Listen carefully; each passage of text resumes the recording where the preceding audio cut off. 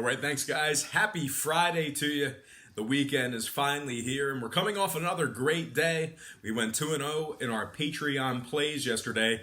That's going to put us at 5-0 in our last 5 picks, 9-1 in our last 10 Patreon plays, and a staggering 13-3 in our last 16 underdog plays of the day. Where can you access all this information? Right on my website, patreon.com/BrockPage. It's great to be back into our full slate of games. So let's go ahead and dive into it, beginning with Pittsburgh taking on the Chicago Cubs. 2:20 Eastern first pitch in Chicago. The Cubbies are minus 155, no total as of yet. 64% of the consensus is leaning towards Chicago. Right now, the Pirates are plus 145 on the money line. We have Chris Archer for the Pirates, Yu Darvish for the Cubs. Darvish has 111 strikeouts in just 97 innings pitched. Archer on the other side, just 3-6 with a 5.49 ERA and a 1.47 WHIP. Now, Chicago is first in the NL Central. They're 2.5 games ahead of Pittsburgh in that division. They also are 29-16 straight up at home this year at Wrigley Field. Chicago ranks first in offensive walks, second in runs allowed at home. They've also gone 24-12 as the official home favorite. Now, Pittsburgh on the other side, just 439 in their games, taking on teams allowing more than 4.2 runs per contest. They also rank 26th in runs allowed and 27th in walks allowed. So with all that said and done, I'm going to lean Chicago Cubs minus 155.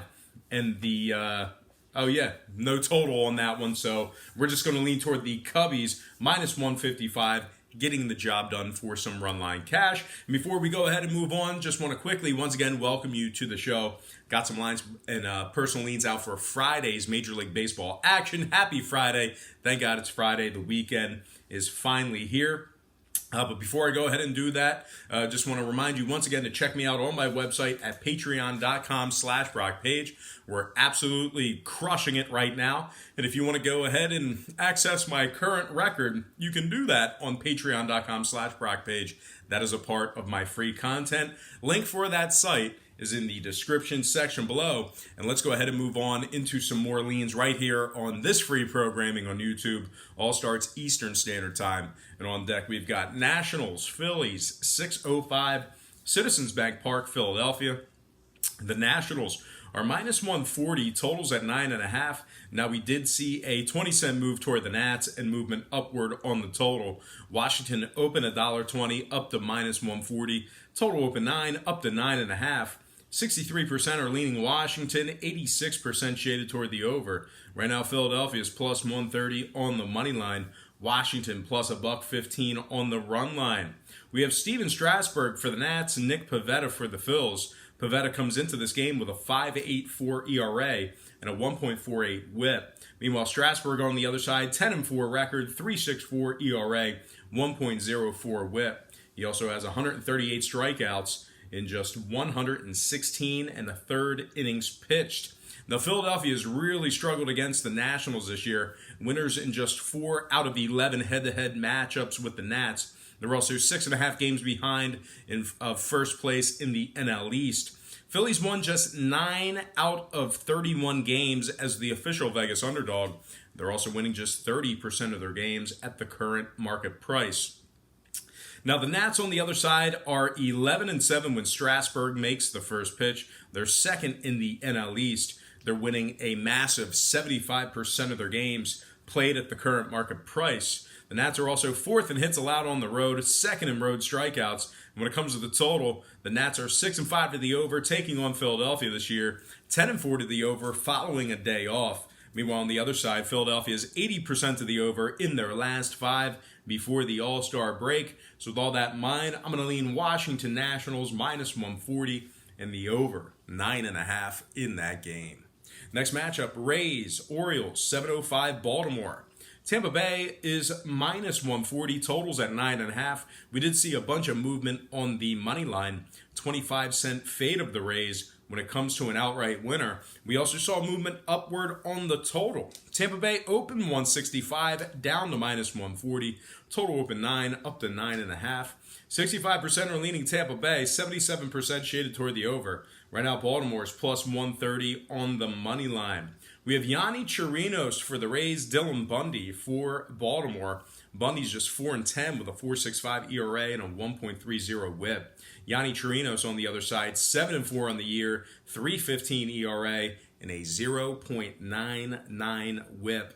Now, Baltimore is just 27-62 overall for the year. They've also won just 11 out of 42 ball games at home. Tampa Bay on the other side, very good when traveling. They're 26-17 away from home. They're first in runs allowed. Now, when it comes to the total, Tampa Bay is 9-3 to the under when Yanni Chirinos makes the start. They're also 69% to the under when the line was 9 or higher. Meanwhile, Baltimore on the other side, 11-6 to the under when Bundy makes the start. Give me Tampa Bay minus 140 and the under 9.5 in that game. And we're going to go ahead and take a swig of Café Bustelo. Café Bustelon. As I straighten out the screen here. That is some good stuff. Need plenty of that. Very, very tired and groggy this morning. But anyway, let's go ahead and move on. Toronto Yankees, 7:05 Yankee Stadium. The Yankees are minus 250, totals 11. There was a 30-cent fade of New York on the money line and movement upward on the total. The Yankees open 280 down to 250, total open 10.5 up to 11. 75% are leaning Yankees, 78% shaded toward the over. Right now, Toronto's plus 230 on the money line. We have Aaron Sanchez for the Blue Jays, Domingo Germán for the Yankees. Germán is 10-2 with a 3.67 ERA and a 1.09 WHIP. Sanchez on the other side, completely different story. He's 3-12 with a 6.16 ERA and a 1.75 WHIP.